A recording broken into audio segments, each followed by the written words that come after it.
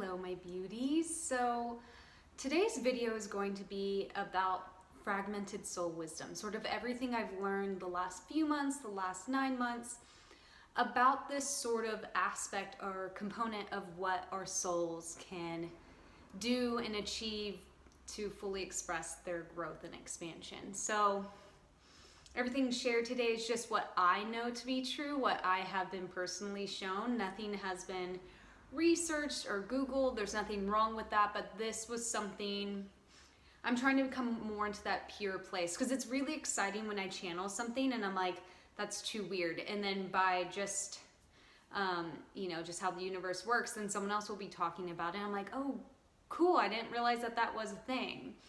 And that was something that happened with me when I was first shown or channeled this idea of soul fractals. It was about 6 or 9 months ago. I can't exactly remember, but they showed me just like the imagery of like the soul splitting off into sort of like, they just showed me a million pieces. That doesn't mean that that's what it is, but I just saw these different pieces sort of flying and soaring off into different places. And my brain did not like that. I really was comfortable with this one idea, or this idea that we have like one soul and it, flies down into the one incarnation. Like I was comfortable with saying like, cool, this incarnation, I'm an earthling. Maybe next incarnation, I'll be a Syrian. Maybe past incarnation, I was like, I don't know, a freaking mermaid, who knows? So I was comfortable with that, but I wasn't too comfortable with this idea of like our soul is split and having multiple lifetimes simultaneously all at once. So I didn't really believe it or acknowledge it. I just was like, like nervous laugh. And then I think like a couple months after that, I was watching someone's Instagram story and they started talking about soul fragments, and I was like, wait, what? That's like a real thing? So yeah, I just had no idea. I try again, I love researching more like quantum physics stuff, but when it comes to Pleiadians and aliens and sort of the cosmos, I try not to research too much. So it was just reaffirming like, okay, cool, I actually do channel legit shit. Who knew? And that gave me a little bit of confidence, but I still didn't really go down the rabbit hole with it. So it was about, I'd say 2 months ago that they started showing me this aspect again, and I'm like, oh yeah, this is really cool. And so they started working with me. It was the Nihals. And so just how they showed me, how I said, it's like they're really reaffirming within my system, which it takes a while to truly get to the knowingness that time and space don't truly exist. I mean, it does for us down here in this third density, but they really wanted me to get comfortable with there's so many things happening all at once. And one way they had me get comfortable with it was they're like, a past life really isn't a past life. As we've been showing you, dear one, that if everything's happening all at once, then a past life is not a past life. It's happening concurrently right now with everything else. And I was just like, what? And that kind of made sense, because I'm like, sometimes I'm in this space with where I'm at with channeling, or I don't know, my spiritual process, where I'll just be walking down the street or up the stairs, and I'll like, it's almost like I'll flash back or flash forward or flash current to this space and time, and I'm like seeing it. It's just a couple seconds, but I'm seeing it unfold, and it feels like in this moment in time.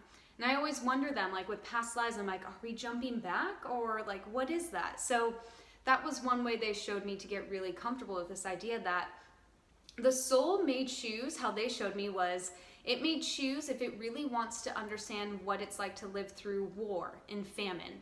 It might choose a space in the timeline, let's say like Culloden, like Scotland, 1700s, because there was war and there was also famine during that time. So the soul might be like, let's go, they wouldn't say let's go back, but like, let's go to this space and time, because there's a lot of elements there that my soul wants to learn. And so that's how they got me comfortable with that. I'm like, okay, that kind of makes sense. And how a soul, this one, they're like, just breathe, it's okay. But they're like, your soul can jump into a future life, and then, before it goes into a past life, and then, we have this current life, but is it a current life? And so again, I'm working with the Nihals, and down the line, I'll do a full download of them, but they, I believe, are they're in the way, it's almost like they're our future selves. Like they are from the quote unquote future, about a million or so years. There's not an exact time to it, but they're ninth density Nihals. And you know, their whole job now is to sort of come back and help us with our own ascension. But really, they're just choosing a space in the timeline to be of service. So yeah, take a breath if that feels like a lot for you. But that's sort of how the prerequisite to really warm me up of when our soul is birthed into existence, its whole purpose is just to grow and expand and embrace once again enlightenment, so to speak. So what they're showing me is it wouldn't make much, again, quote unquote, sense to put a soul only in one incarnation. It actually would probably be too hard for the body to handle, to have so many life lessons and soul lessons in one incarnation. So it will split off and choose different paths just to create a more whole aspect of soul's growth.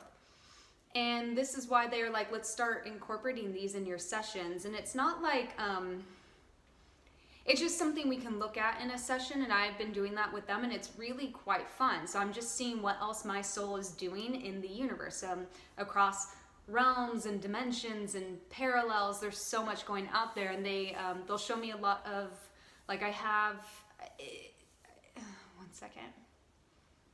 Like I almost feel like the Nihal, she likes to be called Gemma. I feel like it's almost me in the future. Like I've had that a lot where I'm like, are we just the same person? And they're like, yes and no. And of course it comes back to this idea of universal oneness, where we are all one in those higher densities. So it's really, they're like, it's really hard to explain for a human, but I know I have like soul fractals on Pleiades, Nihal, and then I think Andromedan, but I haven't been really shown that much with that. But it's really fun. So then like the one on Pleiades, it's like I'm a high priestess or something, or like a healer. So they're just showing me like, if I feel insecure about my work down here, if I feel like not confident, they're like, you're doing something within this realm somewhere else already. Like your soul is already doing it. So just trust that you can do it down here. So that's the whole idea of soul fragmented wisdom. If your heart feels drawn to something on a soulful level, it's because your soul craves that. And it's also the possibility that you're already doing that elsewhere. It's just understanding that anything that comes into our auric field, our realm, our minds, our consciousness is there for our growth. It's this reminder that there are no mistakes, and which is really quite beautiful. And I did some readings this week. This one is so good. I've never seen this, and even when I was channeling, like the Nihals were like, this one, referring to me, is like freaking out about this, because she was like of the Butterfly Collective. That's just the name they gave, but they looked like human, like gray alien humanoid looking things, but like beautiful butterfly wings, like tall too. And so that was where a fractal of her soul was hanging out and having a lifetime and doing its thing. And I'm still just like, what? The butterflies? Butterfly people? And something that her soul was really craving is like, they're, I guess, are really peaceful people, or have notoriously been a really peaceful race. And it's something that she can call into, or like into this plane of existence of, you know, your soul already does live this really simple, peaceful, sort of blissful life. You can call that down.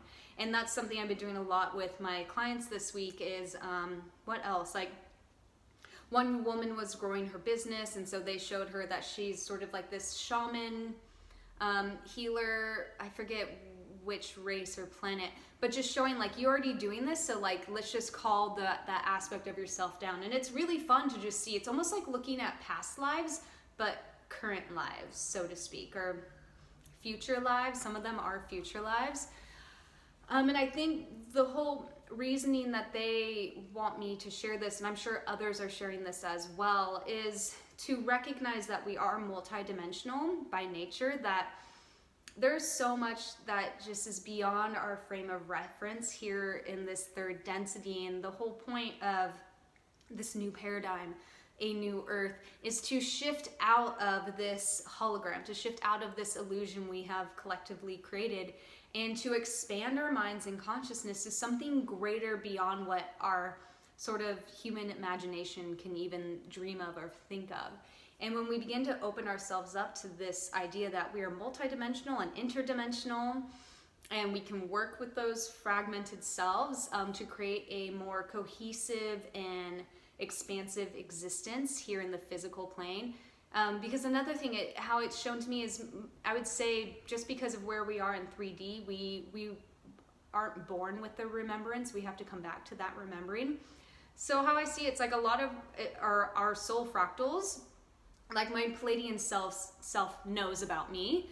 I just had to remember to know about them, if that makes sense. So they all know, and they're all like, reaching and grabbing for this sort of wisdom of the soul that's spread across this blanket of a universe. And we are here to remember that, to remember this aspect of ourselves, and to know that our soul truly is infinite. The universe is infinite. The love of Source is infinite, and that we are waking back up and coming back to that, remembering that we too are infinite. Even when we are confined to this finite space, it is through our consciousness and our awareness that we can begin to open up to these beautiful aspects of ourselves that just really want to be expressed here in the physical. So thank you guys so much for watching. If you have any questions, please, you can DM me anytime. I am here. I'm all about teaching as I learn something new and as I grow. So we're on the same path, like walking each other down this path together. So, and if you've had experiences with fragmented selves, fractal selves, like share them. I'd love to hear it. It's this gentle reminder that I'm sharing everything I have been shown. I don't know everything. There's so much more out there to learn, and I think we're all going to come to this space where we all teach each other. Knowledge is the currency of the fifth dimension, and it's remembering that, like, when we share our knowledge, we are connecting to that universal consciousness. So thank you so much. Have a glorious day, and I will see you next time.